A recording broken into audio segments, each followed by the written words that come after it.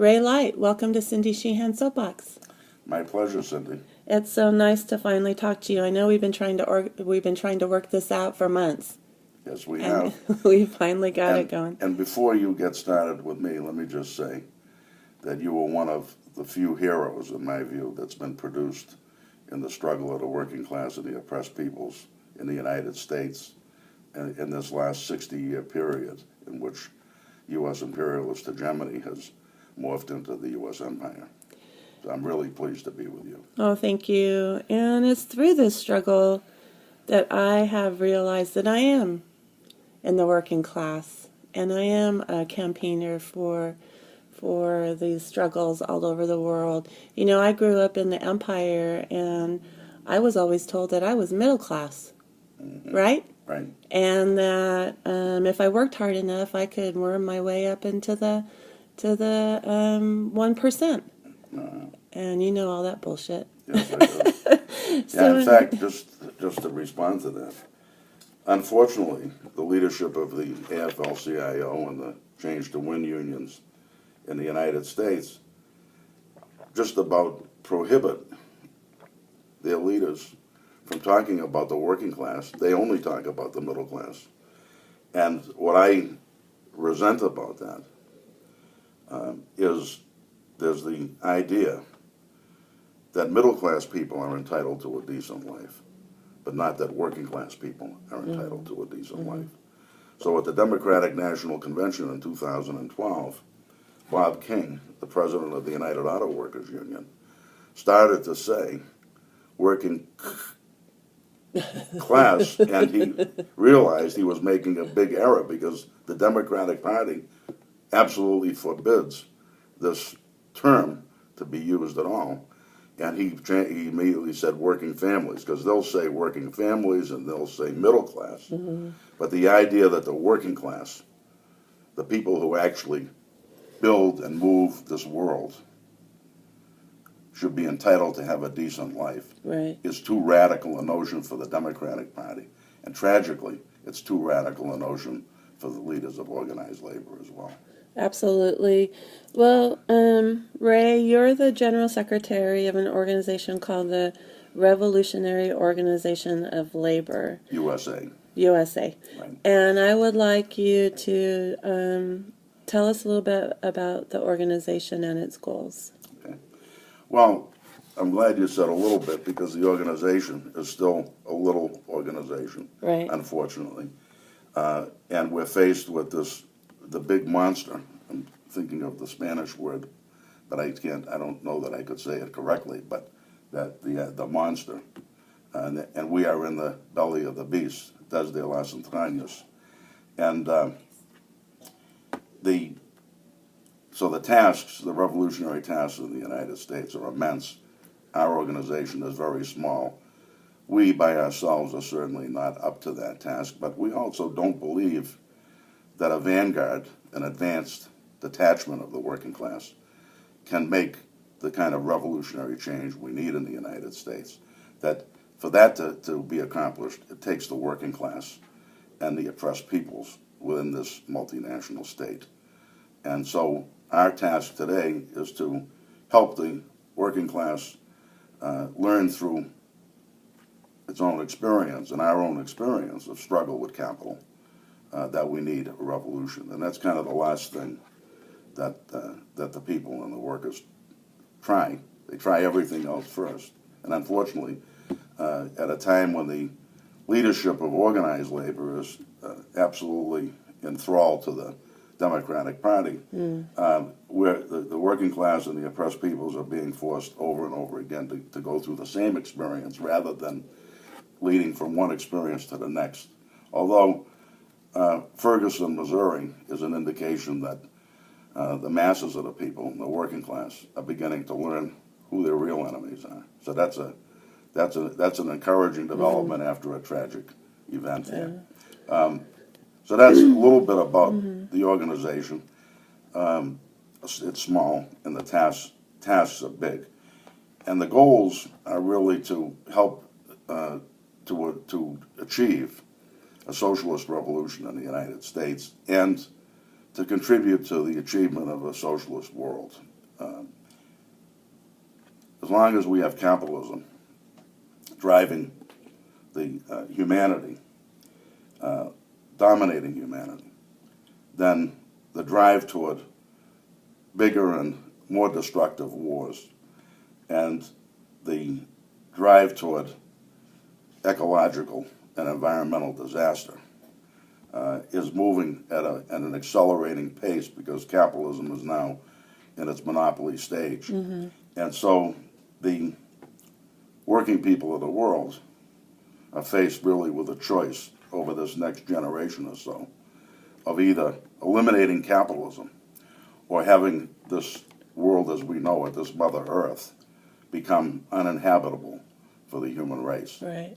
So that's so our goal is to help to overthrow capitalism in the United States and the world and save this Mother Earth for the human race and for the animals and other natural phenomena, all life on Earth, yes. Well, we know the planet will continue. Yes, the planet will continue. With or without us, That's right? right, exactly. One of our friends, he said something very poetic. He said the Democratic Party is like a noose around the necks of the working people of this country. Absolutely. Yeah, I thought that was very And I think poetic. you're aware of the fact that that our organization and I'm pleased that as the leader of that organization, I've written from the very beginning of Obama's candidacy that he would be a more formidable leader of the empire than, for example, McCain, and which made him a more formidable adversary for the 99% and for the working people of the United States and the world. And unfortunately, that concept that he was such a danger was not widely understood internationally or nationally. I know some German comrades that I had spent time with during that 2008 election were marveling at the fact that the German people considered that they were voting for Obama, that Obama was their candidate, and I mean the whole idea that this Democrat, who had originally started as a flunky for the Daily Machine forces and trying to knock out a progressive black congressman, Bobby Rush, that he was going to represent anything other than more of the same, only instead of an inept Bush, he was going to be a quite impressive manager for the empire in its brutal oppression of the peoples of the world. That there wasn't any basis for that illusion. So that's all I guess I want to say about that. But yes, the Democratic Party is there to keep the working class and the oppressed peoples from learning from the bitter experience. Yeah. You know. So I mean, we went literally, in a sense, around the world. So Ray Light, the Revolutionary Organization of Labor is an internationalist organization. And what is the importance of the link between working people and oppressed peoples around the world? Great question. The working class of the United States faces the capitalists of the United States. But even looking at it only from the point of view of the working class of the United States,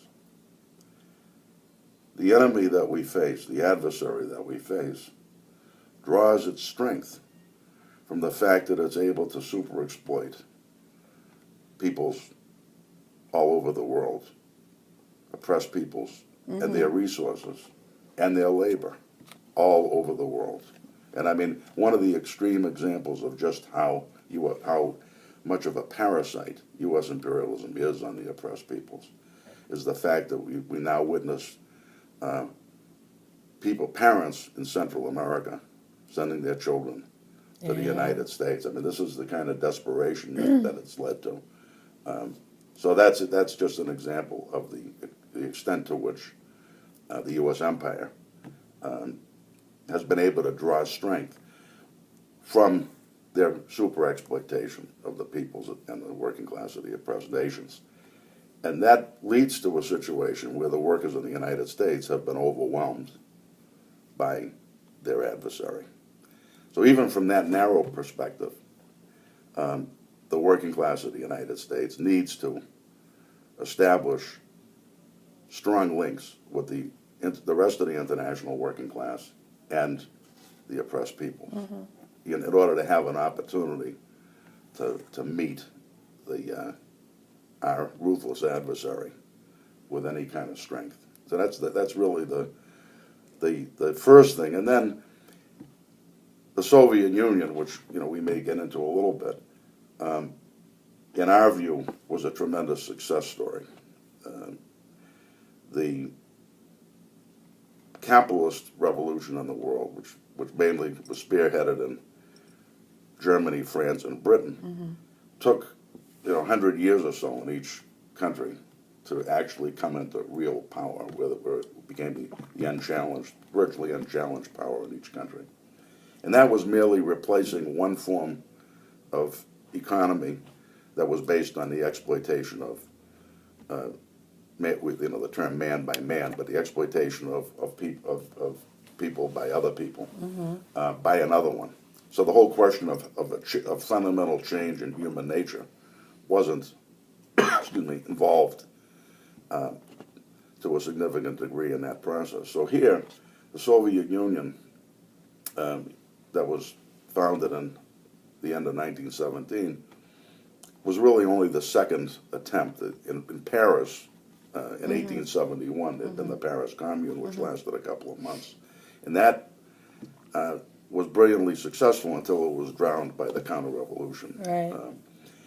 But then, so the question of the Soviet people and all, it's just it was a remarkable success story in it because it ended with after the unprecedented brutality of the Nazi invasion and all. As Churchill said, no people on earth had ever been attacked so ferociously, and no people on earth could have reversed that and become triumphant as the Soviets were. So now, get me back to your question, because when I start thinking about the heroism of the Soviet people, I kind of get caught up. Well, earlier we were talking a little bit about how organized labor and the empire, representatives of the empire, don't ever say working class.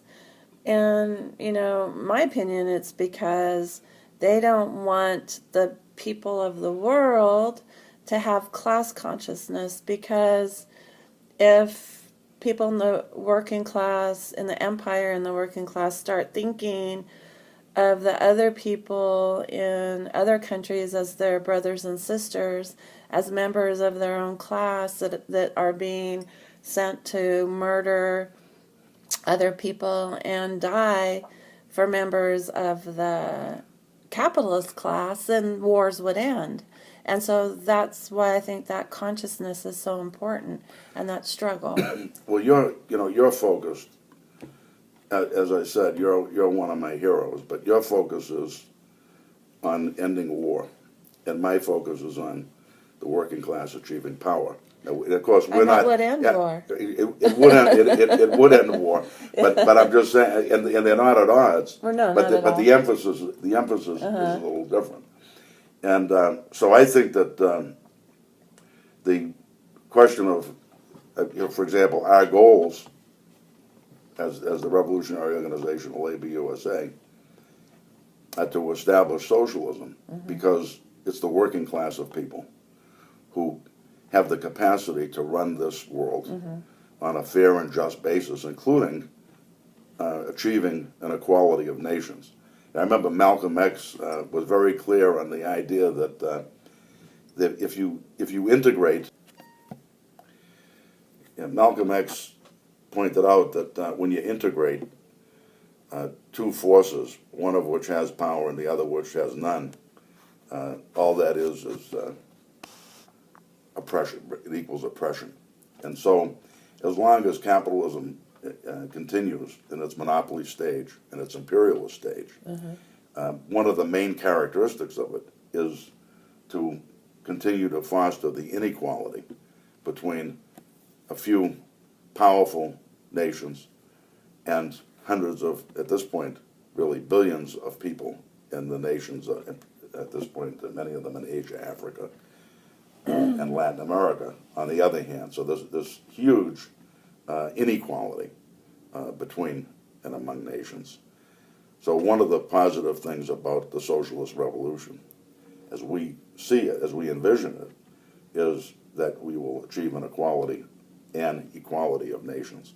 And it's not only as we see it, but the Soviet experience showed that it was possible. First, there was the unity of the working class of Russia, the mother country, with the oppressed peoples. And Russia used to be, under the Tsar, was called the prison house of nations. And so the working class of the mother country, mainly located in a few cities led by St. Petersburg and Moscow, carried on their shoulders the struggle of the liberation of the peoples all over the Russian Empire that were oppressed by the Tsar. And then, once the working class achieved power with the Great October Revolution in 1917, you had the alliance that was formed with Sun Yat-sen, the head of the rising Chinese bourgeois republic, because the Soviet Union was the only country that treated China with respect, and Sun Yat-sen responded to that. It was the beginning of what could be a beautiful friendship, and only really the intervention of the fascist Axis prevented us from seeing an even greater flowering of the within the Soviet Union. Again, once the workers achieved power, there were tremendous, and Stalin was who himself was from an oppressed nation, the oppressed nation of Georgia, was the first minister of nationalities in the Soviet government, and the Soviet government under Lenin and Stalin took great pains where there were oppressed peoples in Tsarist Russia who didn't even have a written language. The Soviet government took pains to help develop that written language, to help cultivate the cultures of these nationalities. So even within the Soviet Union, there was already this effort that was quite successful to develop the equality of the nations within the Soviet Union, the Union of Soviet Socialist Republics. We're gonna need to talk to you further on another occasion, because I hope so. I know I would really like to talk about the factionalism of socialist and communist organizations, but not today. Okay. You know, but because that's like a huge topic. Sure. But the Revolutionary Organization of Labor describes itself as a Marxist-Leninist organization, and I think most people who are in the, in that struggle understand that. In my own life, in my own activism, in my own family, when Stalin is mentioned, the first thing that comes out of most people's mouth is Stalin was a monster.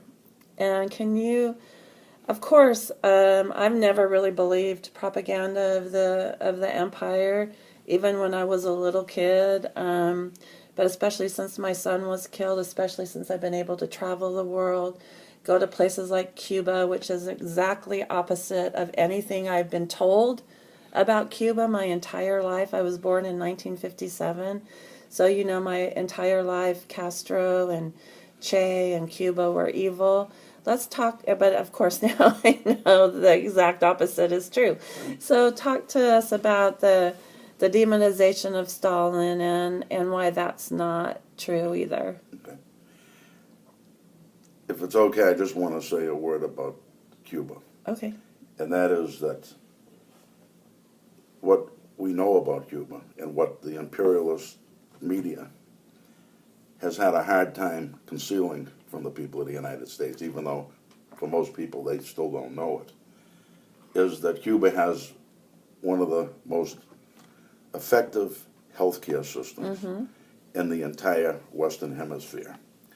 And it has about the highest literacy rate It is. in the entire Western Hemisphere. And if Castro was such a dictator, and now his brother Raul, if they were such dictators, why would they make sure that the masses of the people of their country could read and write? Right. And that's one of the main weapons that's used by oppressors to keep the people down, is to keep them in ignorance. And in our country, and I'll just say this one more thing, look at in our country. Under Reagan, there was a crisis declared in education. I think William Bennett was his Secretary of Education.